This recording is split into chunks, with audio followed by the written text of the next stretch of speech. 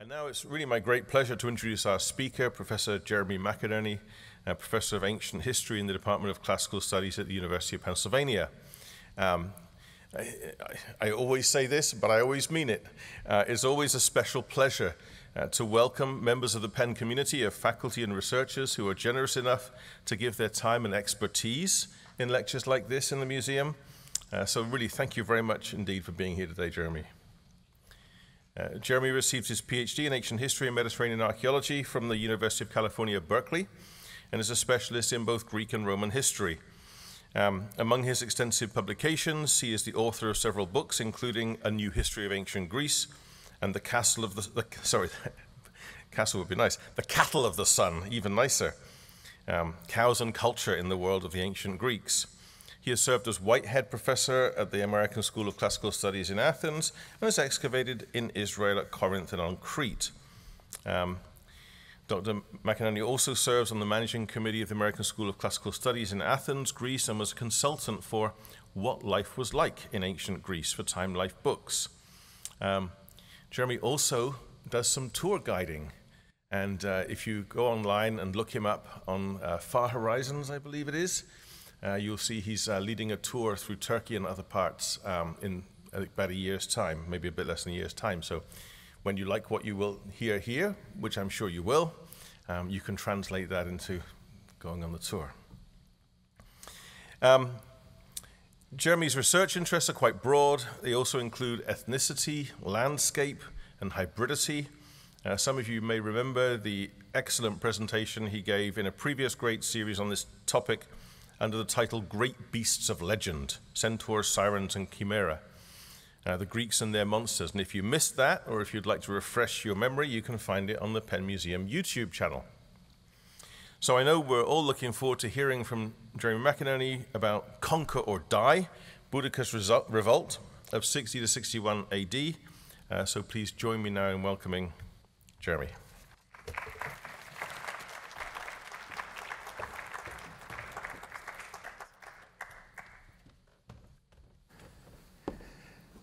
Good evening, everyone. And it's really a pleasure to be here. I always love coming to the museum for these lectures. If I seem a little bit nervous, it's not because of the hybrid format of this. I'm used to that. I spent the last 2 years teaching in that way. And it's not because of the shameless shilling that Steve Tinney just did for the tour I'm leading in a year and a half. Much appreciated. It's because those of you who are watching online can't see, but there's a gentleman in the second row wearing a t-shirt that says, "Keep calm and kill Romans." And I wanted to say that's a great t-shirt and totally appropriate for this evening's talk. We're going to be talking about killing lots of Romans. What are we going to be talking about? Well, let me explain. I want to begin with some really basic details. And there is not going to be a quiz at the end of this, but it would be really useful for you to keep in mind most of what you see on this introductory slide. Boudica was a Celtic queen.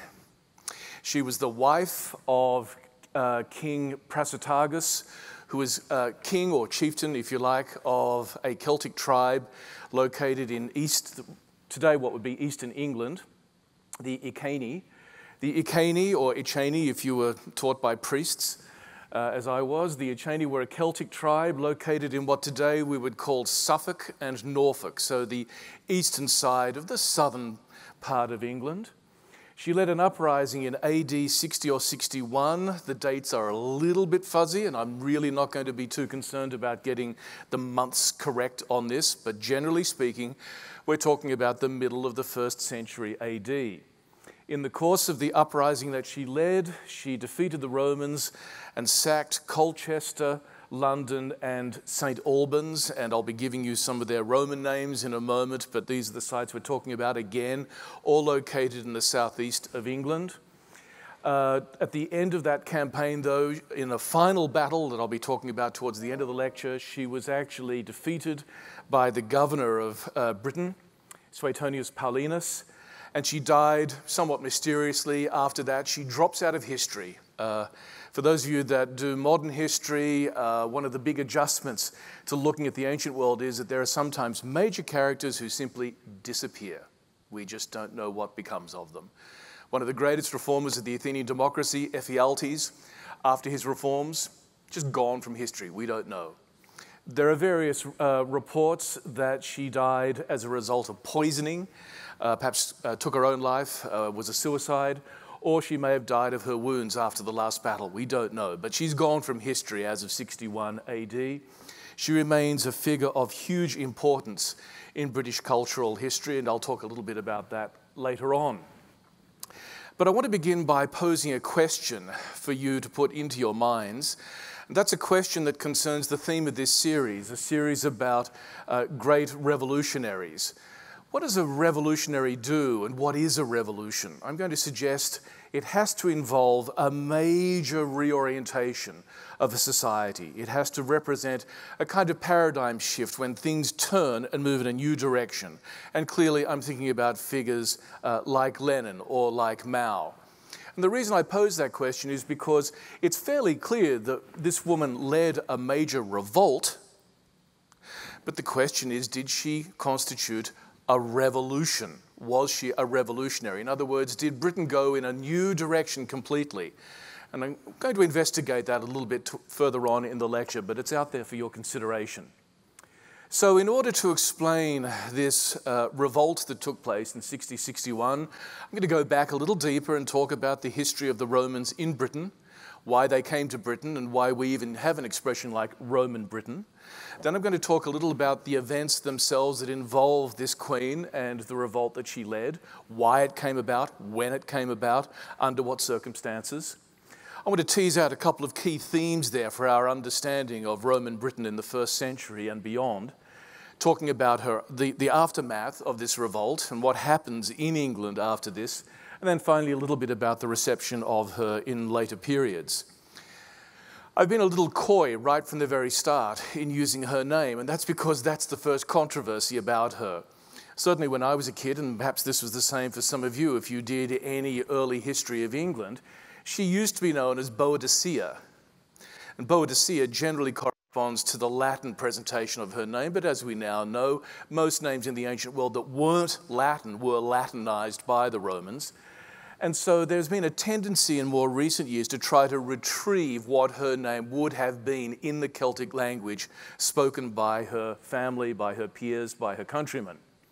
So occasionally, Boudica has been replaced by Boudica, the boo sound being much more close to the original Celtic first syllable of her name. That in turn has led to a kind of authentic version of her name as Boudica, often pronounced that way with a short O, Boudica, with the double C.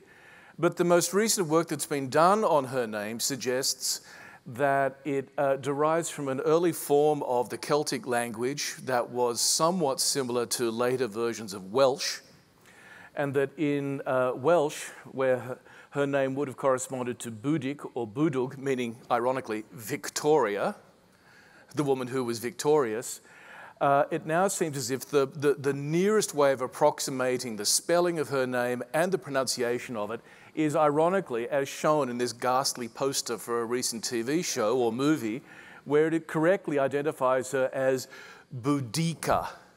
Boo, or even better, I'm sorry, I get so confused because of the old pronunciations. Bow, as in bow and arrow, D, a long I, ka. Boudica. And if I keep switching back to Boudica, please forgive me, but old habits die hard. She did not look anything like that, just in case you were wondering. So let's begin by going back a little bit to Roman Britain. And the story of Roman Britain really begins with Julius Caesar, who in 55 BC brought a fleet, cobbled together on the French side or the Gallic side of the English Channel, and took 2 legions across to England. And the probable reason for this was an attempt to break the alliance between some of the Celtic tribes in England and the Celtic tribes in Gaul, where he was campaigning and pacifying in the way that Romans do, namely slaughtering millions upon millions of people. Many of the Celtic tribes in what we would now call northern France and western France were closely allied, even sometimes by marriage and certainly by trade, with Celtic tribes across the English Channel in southern England. And so this was a form of support that he wanted to break by asserting Roman force in England. The first campaign was something of a disaster. No booty was taken, nobody was defeated, and eventually the two legions were shipped back to the other side of the English Channel. He came back in 54 BC, second time, this time with a much bigger force of 5 legions. So that constitutes somewhere around 25,000 men, and then extras if you add auxiliaries. But once again, at the end of that campaigning season, he returned to the European mainland, and very little was effectively achieved. Somewhat stupidly, if you like, I've flipped Caesar's famous adage, "Veni, vidi, vici," I came, I saw, I conquered, to "Veni, vidi, non vici," I came, I saw, but I didn't conquer. He didn't say that, so just be clear, I'm making that up entirely. Oh, no, I need to give you a lovely pen connection. This relief, which was carved from marble in the late 18th century, by a man called John Deere, was actually commissioned by John Penn, the grandson of William Penn. So this was actually in his country house in England. It was not on display in the museum, it is not. But it's a rather lovely presentation of the Roman forces fighting against these mad Celts with their lime gelled hair, for which they were famous in the Roman world.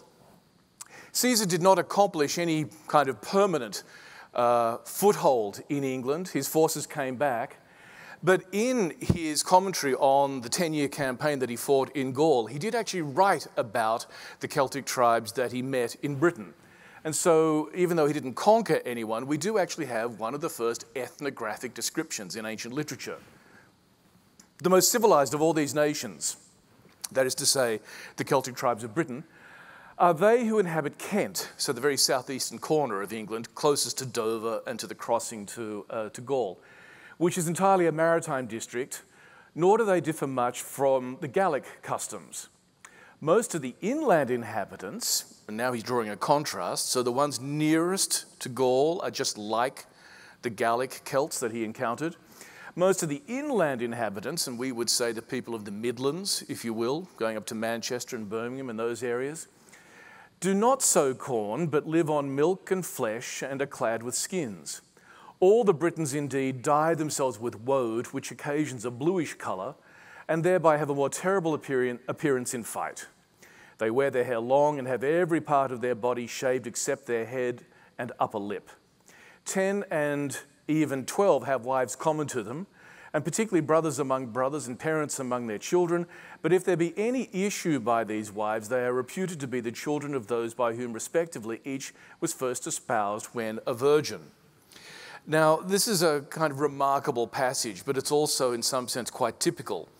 The early ethnographic writers from the Greek and the Roman world, Greek and Roman authors reflecting a Mediterranean bias and looking at other people, invariably talk about how they look, what they eat, and what's peculiar about their sexual practices.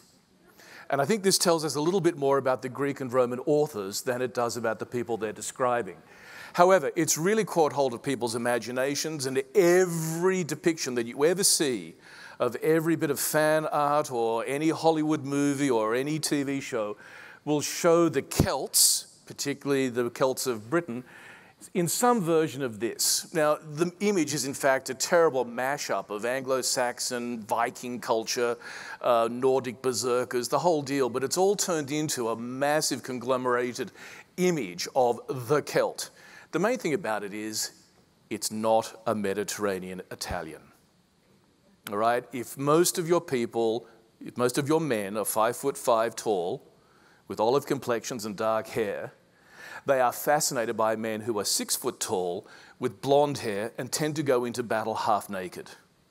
So early on, and I realize you're laughing at this for good reason, this is silly, But that's what early ethnography is. It's Greek and Roman sources saying they're not like us, meaning the people of the Mediterranean.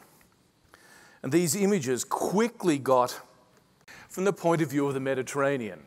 The Gauls are tall of body with rippling muscles and white of skin. Some people actually said that they were called Gauls or Galli and came from Galatia because they drank milk, Gala in Greek. So their skin was milky coloured and that gave them their name. That's bogus etymology, but it's one of the explanations. And white of skin and their hair is blonde, and not only naturally so, but they also make it their practice by artificial means to increase the distinguishing colour which nature has given it. So they use some kind of blonde gel. And what it is, for they are always washing their hair in lime water, and they pull it back from the forehead to the top of the head and back to the nape of the neck, with the result that their appearance is like that of satyrs and pans, since the treatment of their hair makes it so heavy and coarse that it differs in no respect from the mane of horses. Some of them shave the beard, but others let it grow a little, and the nobles shave their cheeks, but they let the moustache grow until it covers the mouth. Consequently, when they are eating, their moustaches become entangled in the food, and when they're drinking, the beverage passes, as it were, through a kind of strainer. And, you know, every passage that you read of these Greek and Roman ethnographic descriptions end up being ludicrous because they just don't know how to process people with a moustache. So it becomes a soup strainer. Increasingly, from Caesar's time onwards, people recognized that this strange island located off the coast of Europe also contained people like the Gauls that Caesar had been fighting against. But in this passage from Diodorus Siculus, I want to draw your attention to the way in which the Greek and Roman authors make the Britons into primitive savages, but at the same time, noble savages. That's a powerful idea in European cultural history, and it really begins with the way the Greeks and the Romans and the people of the civilizations of the Mediterranean describe the people who don't live in towns and cities. Britain, we are told, is inhabited by tribes which are autochthonous and preserve in their ways of living the ancient manner of life. That's a code word of saying they're pristine, they're pure. They live in the old way. They use chariots, for instance, in their wars, even as tradition tells us the old Greek heroes did in the Trojan War. Right? So the way you understand these men who ride to battle in chariots is not to say they have tanks or they have this amazing technology. It's to say they're just like our heroes from 1,000 years ago, like Achilles and Hector. And their dwellings are humble, being built for the most part out of reeds or logs. In virtually every sentence in these descriptions, you can add at the end of the sentence, and not like us. As for their habits, they are simple and not like us, and far removed from the shrewdness and vice which characterizes the men of our day. Their way of living is modest, not like us, since they are well clear of the luxury which is begotten of wealth. The island is also thickly populated, and its climate is extremely cold, as one would expect, since it actually lies under the Great Bear. It's held by many kings and potentates who, for the most part, live at peace among themselves. So everything about this description of the tribes of England is really meant to be a kind of inversion of the way writers of the late Republic and the early Empire think about the world of Rome, ruled by a single man, ruled from a single city by people who enjoy the benefits of peace, trade, and commerce. But these people are the opposite of that. Now, this idea that the further you go from Roman culture, the more pristine things become is a very interesting idea. It's the way that Caesar describes Gaul. He talks about the Gauls located in what we would call the south of France, around Narbonne, as being corrupted because they're close to Roman civilization. Whereas if you go up to the far end of Gaul, the Belgian Gauls, as they're called, Belgica, they are much more pure because they're much more like the Germans and farther away from civilization. So there's a clear hierarchy here. And the fascinating thing is that in certain respects, it actually does correspond to some of the archaeological evidence. Because in the regions that I'm showing you here, there's a fairly clear divide between the regions of the south and the east, which are located close to the continent. And these regions are all regions that mint coins, When you move up into the northwest, you're talking about communities that have no coinage, they don't indulge in that kind of commercial trade, and so they have no need of coins.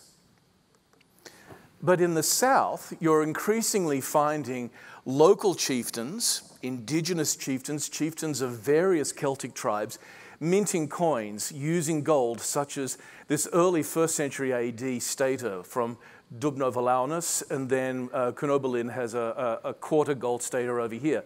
Now, the imagery is very Celtic, with these horse designs and these wonderful swirls and circles, but the practice of minting the coins is something that the Gauls and the Gallic tribes have picked up from the Romans, and now it's been adopted also by the tribes across in England.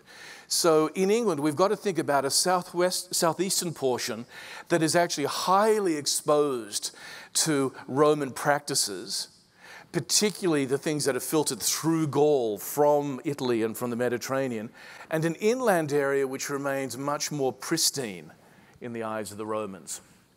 So these early campaigns of Julius Caesar, 2 campaigns, what do they lead to? What are the outcomes? Well, first of all, economically, they're a fiasco. They achieve nothing. There is no booty brought home by the Roman troops. There is no permanent control established of any of the tin mines of Cornwall, no control of silver or any other trade items, nothing brought under the control of Roman magistrates. The trade continues, but it's all private trade between traders from Gaul and from Britain. Politically, the major opponent of the Romans was a Celtic chieftain called Cassivelaunus, and he's defeated, but instead of either being executed or taken back to Rome in a triumph, he ends up negotiating a peace with the Romans, who quit at the end of the campaigning season, which is an interesting model to establish for the treatment of Romans and of Gauls, of Celtic tribes. One major change is that a young man called Mandubracius is installed as a client king. He'd been kicked out by his political opponents, the next tribe over. And so his small tribal area, the area of the Trinovantes, is now technically a part of the Roman political order as a client kingdom. In other words, if he gets attacked again, he can call upon Rome for help. But internationally, in terms of the great world order of Northern Europe in that period, there is absolutely no change whatsoever. And so it's a dud. It seems as if Tacitus, the great Roman historian of the end of the 1st century AD, actually recognized this and put it extremely shrewdly. He says, it was in fact the deified Julius who first of all Romans entered Britain with an army. He overawed the natives by a successful battle, and he made himself master of the coast, but it may be said that he revealed rather than bequeathed Britain to Rome. So this first foray is really little more than a kind of unsuccessful reconnaissance mission. The second phase of the Roman control of Britain, and this is the phase that is really going to involve our queen Boudica, is initiated by the Emperor Claudius, who ruled from 41 to 54. And in 43, so 2 years into his reign, he ordered the construction of a massive fleet, the Classis Britannica, which then, in 43, delivered 4 legions to southeastern England. So this is a full-on invasion of Britain by Roman legions. Why? He's 2 years into his reign. You might remember that Claudius was the supposed half-wit, the one who'd been overlooked in all the various wars of succession amongst the Julio-Claudians. And it's been suggested, and I think most plausibly, that he was looking for a military campaign that would establish a kind of legitimacy for himself as a great commanding ruler. So it's a search for glory, an expansion of the empire. It's the next area beyond what's been controlled by the others, by earlier Caesars. It actually outdoes Julius Caesar, so it's a way of drawing a very close comparison that is flattering to him if he's successful. And probably behind it is an attempt to control the burgeoning trade between Gaul and Britain, especially the trade in tin. His forces were initially very successful, and it led to the rapid defeat of Caratacus, a leader of the resistance, who fled to Wales and was finally defeated in 51 AD. So from Claudius's point of view, this was quite a success. And of course, in the manner of all humble autocrats, he celebrated that success excessively. He celebrated that success with not one but two arches to his own glory, one erected in Rome, one erected in Boulogne in northern France. And it's on these that we see these gloriously bedecked Roman centurions marching with an eagle as they bring Roman civilization to Britain. And Claudius himself, on the arch, celebrates the fact that 11 British kings, and you can see here part of it, Reges Britannorum, actually made obeisance to him and became technically subjects of Rome. In practice, they were given a great deal of autonomy. But what did happen as a result of this was that Claudius established a capital for the new province of Britain. So the whole area of southeastern England, made up previously of a whole bunch of different tribes, of Celtic tribes that had no political union at all, but was rather a checkerboard of different Celtic tribes, is now technically constituted as a single Roman province, the province of Britannia. And to celebrate that, he erects a temple to himself. There's the temple of Claudius erected in the center of what will be the capital of this new province. The city that we now know today as Colchester, which in antiquity was known as Camelot, it was probably a Celtic site before this, dedicated to Camulus, the god of war. But it becomes, in very short order, over the course of the 40s and the 50s, a Roman city. And in fact, it's really designed to look like a miniature version of Rome transplanted to Britain. So we've got here a temple of the deified Claudius. You can see these porticos running around the whole thing, creating covered spaces, and this was probably used then as the forum of the Roman town, so trade carried on there. And then you can see a large 2 or 3 story Roman theatre erected right there, and recently also outside the walls have been discovered the remains of a Circus Maximus. So this is a little miniature Rome in southeastern England, in Colchester. The situation by 60, the year of the revolt, can be summarized this way. In Rome, Claudius has been succeeded by Nero. So Claudius dies in 54 and Nero comes to the throne. Colchester, the city that I just showed you, Camelot, has flourished in the Romanized region of Essex.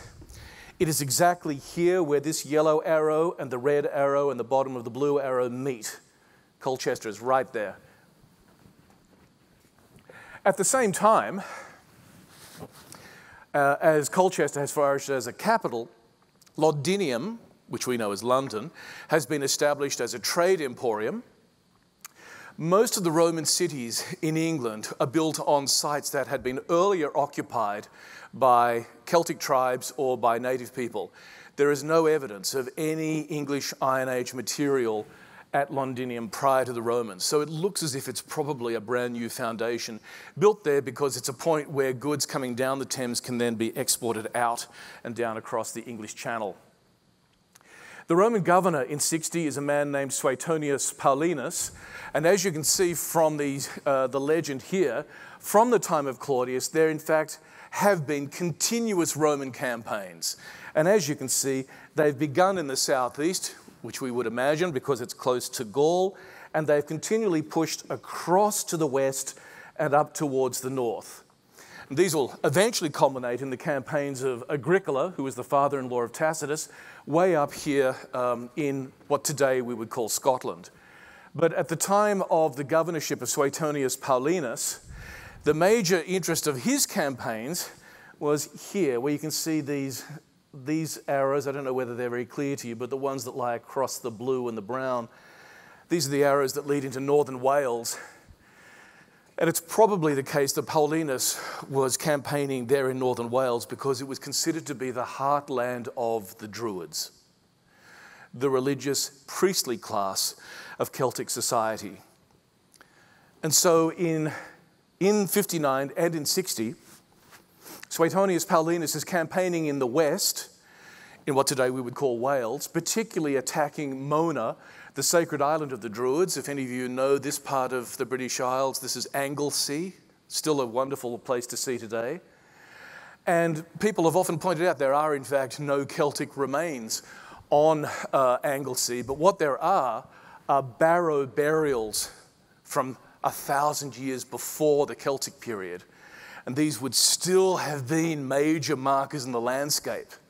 So these barrows, which often attracted stories of fairies and of the people who live in the barrows, the spirits, these are what make Anglesey and Mona into an island of mystery and a place of reverence for the Druids and for Celtic tribes in general.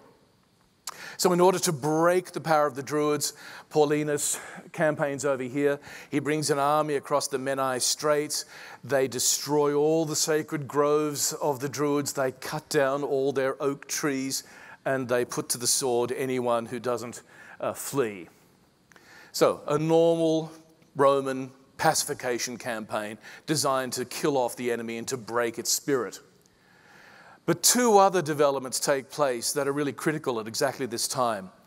One is that Prasutagus, the husband of Boudica and king of the Iceni, dies after bequeathing his kingdom partly to Rome and partly to his daughters. Now, you may think that sounds incredibly ridiculous.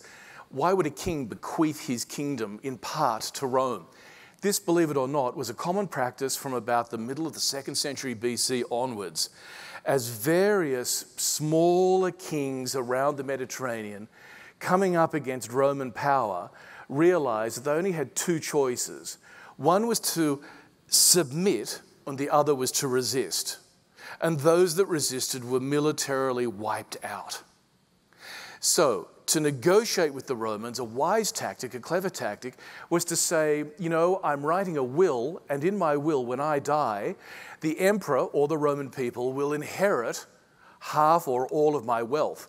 In 133 BC, the entire kingdom, ruled by King Attalus, the kingdom of Pergamon, was transferred to the Romans and went from being a kingdom in the Hellenistic East to being a Roman province, simply by virtue of his will. So Prasutagus was not an idiot. It was actually a clever ploy to guarantee that his daughters would inherit something rather than nothing. However, with Paulinus in the West, the person who was in charge of taking control of this property was the procurator located in the province of Britannia, a man by the name of Catus, who turned his attention to the kingdom of the Iceni. And either he himself or the agents working under him essentially invaded the territory of the Iceni and seized all of their property, leaving none of it for the daughters of King Prasutagus. In fact, at this point, we have two descriptions of what led to the revolt of Boudica, and one of them particularly concerns the events I've just described.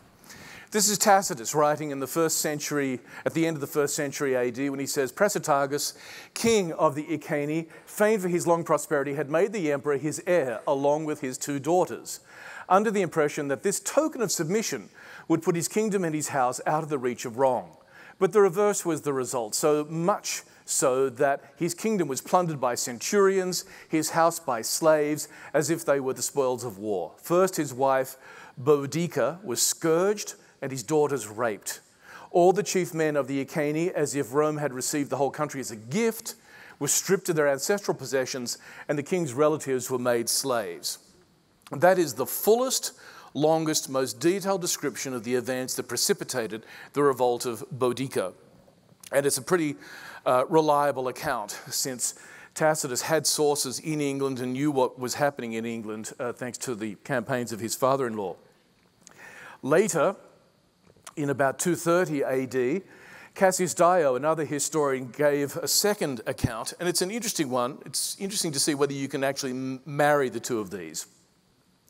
An excuse for the war was found in the confiscation of the sums of money that Claudius had given the foremost Britons. For these sums, as Decianus Catus, the procurator of the island, maintained, were to be paid back.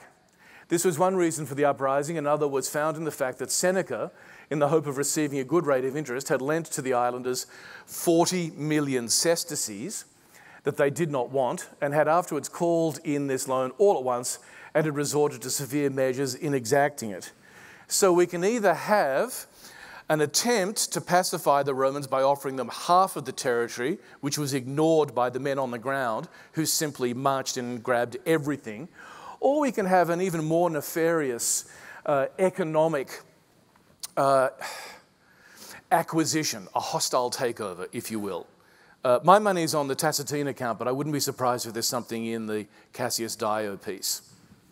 This is what then led specifically to the Queen raising a revolt in the kingdom left to her daughters by her husband. And at around this time, as often happens in ancient history, there are many portents and omens that suggest that the world's cosmic order is out of balance. So in Tacitus we read, the statue of victory at Camelot fell prostrate and turned its back to the enemy as though it fled before them. Women excited to frenzy prophesied impending destruction. Ravings in a strange tongue, it was said, were heard in their senate house. In the estuary of the Thames, this is my favourite, had been seen the appearance of an overthrown town. If any of you have ever looked in a pond and seen stalactites and you think, oh, that looks like a town, this is what he's describing. Even the ocean had worn the aspect of blood, and when the tide ebbed, there had been left the likenesses of human forms, marvels interpreted by the Britons as hopeful and by the veterans as alarming. So we're getting the Queen whipping up discord against the Romans, but clearly there is already a deep residue of hostility towards the Romans felt by many of the people in southeastern England amongst these Celtic tribes. And so in quick order, Boudica raises an army of approximately 120,000 men. And sources that describe these events actually talk about the army swelling to up to 230,000 men. Now, those numbers are probably exaggerated, but I think the idea that as the campaign goes on, more and more people join her banner is probably correct. This has really touched on a nerve of the people who loathe having the Roman presence in Britain. At Colchester, the procurator that I mentioned before dispatches only 200 men to help. And it is the veterans who have been living in this area who are left to defend the town. They themselves are probably the ones who are most hated by the local tribespeople because these Roman veterans have been given land. And it's the land that belongs to the local Celtic tribesmen. So the veterans die defending the temple of Claudius, and Catus, the procurator, flees ignominiously to Gaul. Legio 9 Hispana is dispatched in order to help out. They get there too late, and their commanding officer is only able to escape because he's got a cavalry contingent with him, but all of the infantry of Legio 9 are wiped out. So Boudica's revolt is off to a great start from her point of view. At this point, Paulinus, who has been, as you remember, in Wales on the far side of the country, comes back by one of those astonishing forced route marches that the Romans were so good at and reaches Londinium, but without most of his troops. The rest of the legions are still in the west, marching more slowly. He's gone with a flying column. And when he gets to Londinium, he realizes that the town, which at this stage has probably got a population of perhaps 20,000 people, has no walls and it has no fortifications and no dike or fossa built around it. In other words, it is an indefensible location. And so he actually leaves and says, if you can keep up with me, you can come with me, but otherwise you're on your own. So Londinium is abandoned, and as a result, Boudica sacks Londinium. She also sacks the nearby town of what is now called St. Albans, Verulamium as it was known then, and she then starts pursuing Paulinus towards Wales. So she's had 3 victories in the course of one campaigning season, possibly killed up to 70,000 people, and destroyed 3 major Roman cities in southeastern England. Now, the accounts that we've got, the literary accounts, are very sketchy and they're very short. And so what we would love to have is some kind of archaeological confirmation for this. Over the last generation, the archaeologists working in Colchester have noticed that the buildings of the early Roman period have been carefully destroyed. And one of the archaeologists here has said that the cities here, the buildings here were leveled. This was a murderous, determined, intensive, and deliberate attack.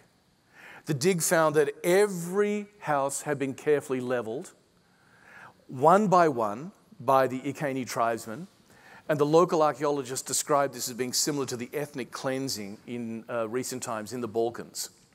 The civilian population was wiped out. There were no prisoners. Men, women, and children were all killed.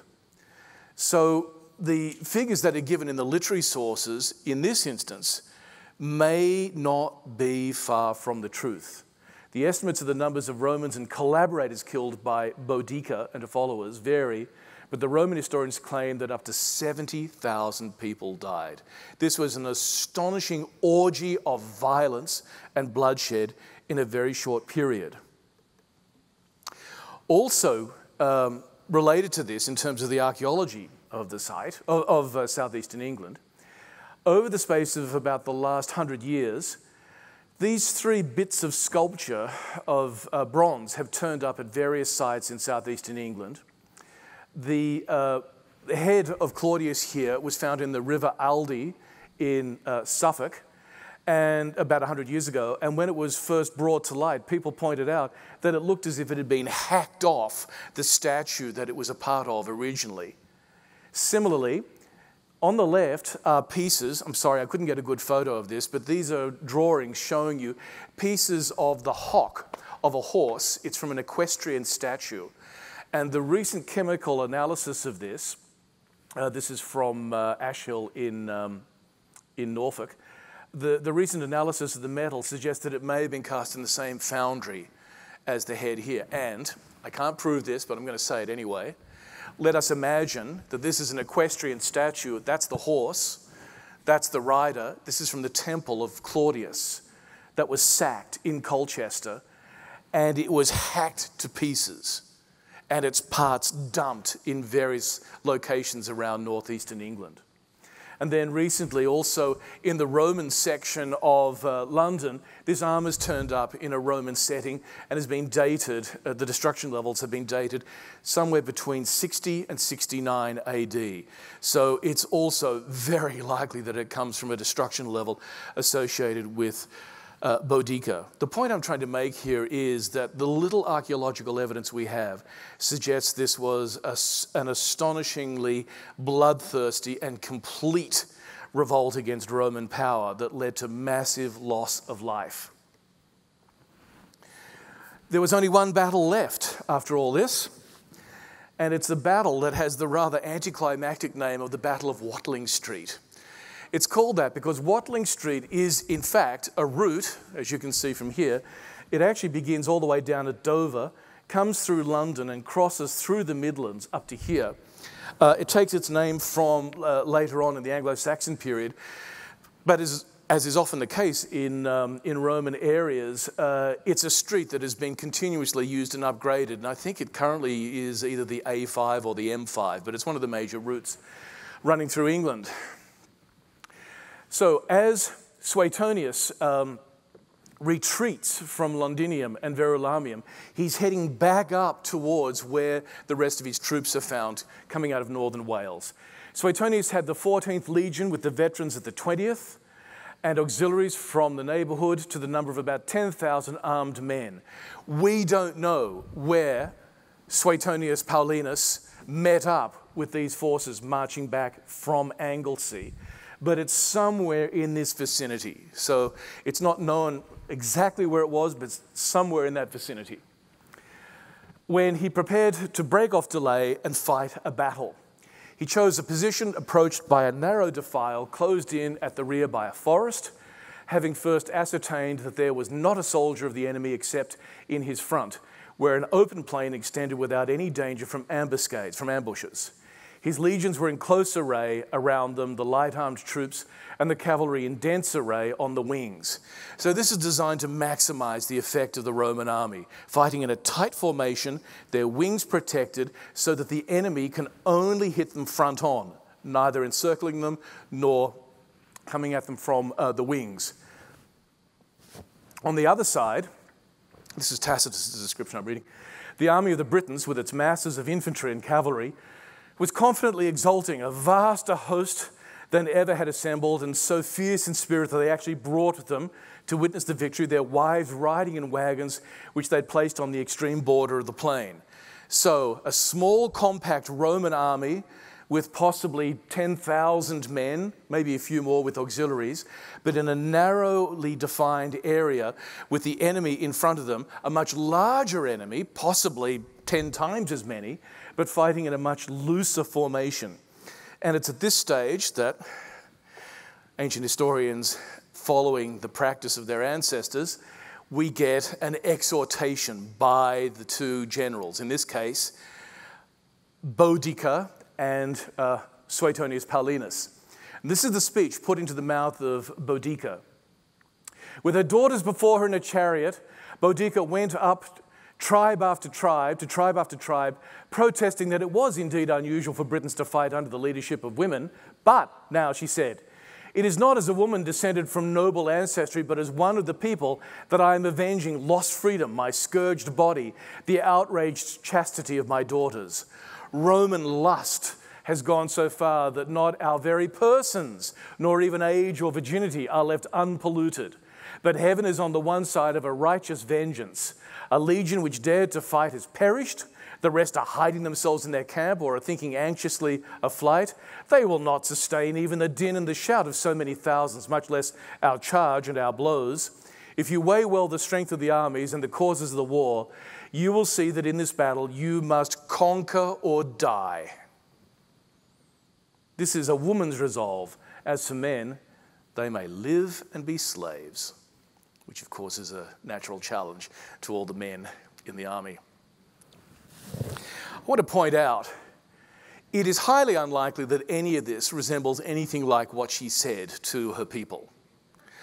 What she did say, I have no idea, but what I can say is that there is a consistent theme running through Tacitus, who creates this speech for her, and that is that everything that the Romans touch turns foul.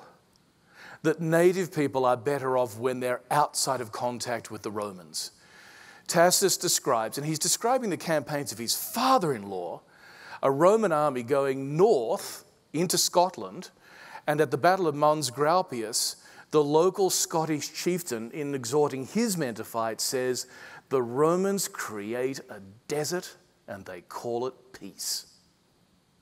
That's an extraordinarily damning statement about Roman imperialism, but it's a statement made by a Roman author about his own empire and its ambitions. So it's very difficult to get back to Boudica and what she actually was aiming for. But clearly she's been taken up as a heroine in later periods, and from the Elizabethan period onwards, and particularly in the 19th century, she became a symbol of united Britain. So there she is in a statue that was cast around 1900 and is now located not far from the House of Parliament. Can we get back to any kind of reality of that final confrontation? It would have looked, frankly, a little like this. The difference between the two sides is that on the side of the Celts, and in this case, the Iceni, the Trinovantes, the Cassivellani, any of these Celtic tribes, you would have had men wearing a whole array of different styles of armor, bits and pieces that had been picked up in earlier battles, some wearing helmets, some wearing Roman helmets, which they'd won in previous battles, some fighting with shields, some fighting with swords, some with some spears, but most of all, men fighting individually rather than as part of a massed formation that is drilled and disciplined. In the face of that are the Romans, and there's a lot of light up here, so I don't know how well you can see it there. But the main point of this is that the Romans fight in these serried ranks. And the first rank here, kneeling, creates a shield wall in front. The second rank, squatting, has a second layer of the shield wall at an angle. And the third rank has their shields over their head. So that the entire thing is, in a sense, armed in the face of all these individual warriors who are charging down on it. Behind them are the arrowmen, the bowmen, thank you, and the slingers as well, who are going to be wreaking havoc on these individual troops, these men who are largely exposed. Many of the Roman authors who write about these campaigns against the Gallic tribesmen of either Gaul or of Britain comment on the fact that they go into battle sometimes half naked, that they sometimes go in with no protective covering at all, wearing these colourful fabrics, which probably looked a little bit like Scottish tartans, in fact. Now, that involves a massive amount of personal heroism and personal bravery, but tactically, it's really dumb. Tactically, this formation is vastly superior because it means that the enemy is coming up against a virtually impenetrable wall. These men are drilled.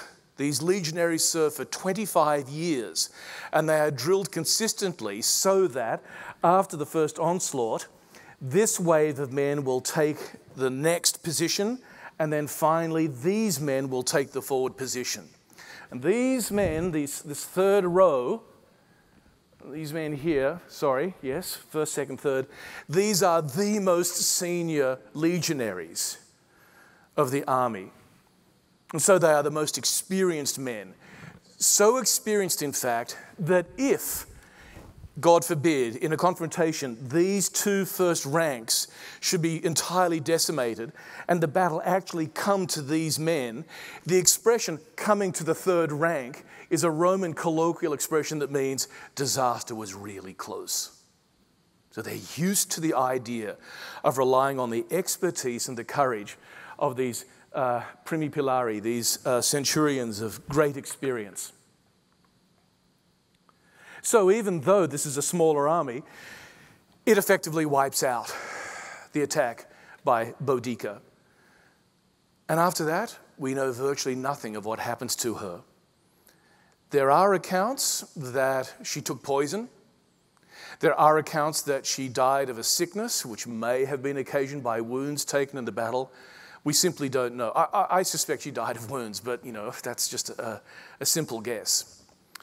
But it leads us at this point, we need to ask, to get back to the question I posed at the beginning, was this revolt a revolution? And I'm going to suggest, unfortunately, it wasn't.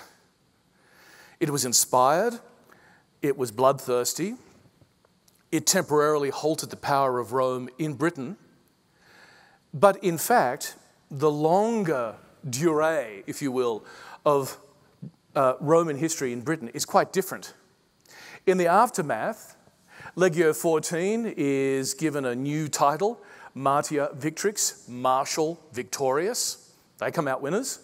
Legio 20 is also declared Victrix, a victorious legion. Throughout the province, particularly in the areas that rose in revolt, the next year is dreadful because none of the local tribespeople have planted any crops during the revolt. So there's widespread famine, and there is also widespread Roman retribution as various towns are sacked and destroyed.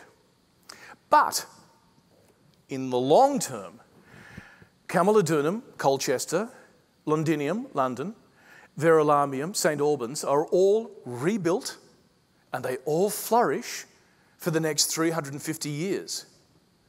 By a little after 100 AD, London would have looked a little bit like this, with an amphitheatre, with dock facilities, with the first bridge built across the Thames. Similarly, in the area where the revolt had started, amongst the Iceni, the Romans established a market town, Venta Icenorum, which becomes the Roman city of Norwich. And again, this is standard Roman practice. You not only pacify areas, you plonk a Roman town down in the middle of it to advertise to everyone, we are here and we will not be messed with. We'll be here long after you and your children are dead. London now becomes the capital of the province, and it remains the capital of this province of Britannia until the Romans leave in about 410 AD. So, if we think of Boudica as championing British freedom against the Romans, it's not a revolution and it's not a very successful revolt. It takes a lot of lives, but it actually accomplishes very little. In fact, the map of Roman Britain will go on for another 3.5 centuries to show a consistent pattern of Roman control. The central area of the Iceni becomes Norwich. Colchester is rebuilt.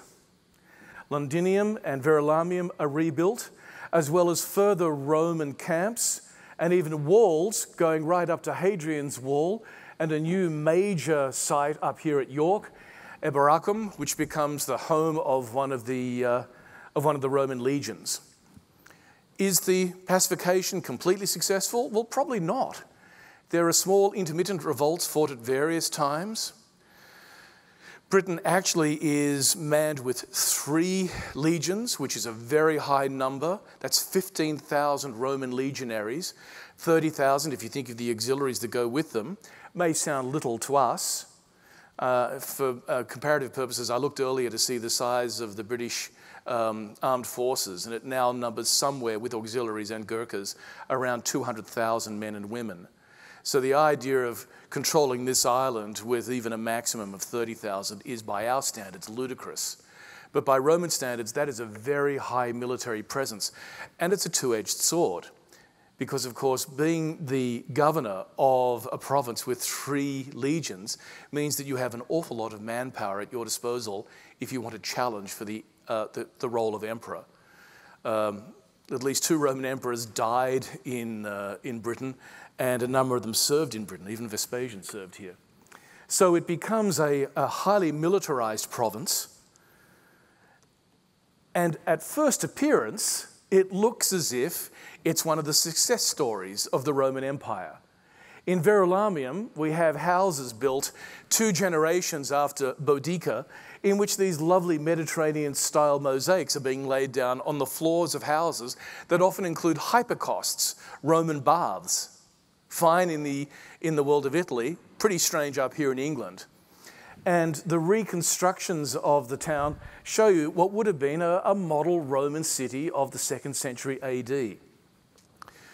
This often doesn't get much attention because Roman authority would eventually pass away. Because of events in other parts of the empire, it was impossible to keep as much military power in England. And after about 410, the Romans stopped sending regular military governors and stopped sending reinforcements to the forces there. And eventually, the Roman presence just withered on the vine. But that's a very slow process. And it's a process that was not really marked by the kind of revolt that Boudica led in 60-61 AD. So, the takeaway from all this is, she's a massively important figure, particularly in England, as a symbol of British unity, but the historical reality is actually a little bit disappointing by comparison. She was, shall we say, good at revolt, but I think revolutionary is a little bit too much. I won't say she was revolting, but her revolt did not lead to any long-lasting consequences. Sorry. That's it.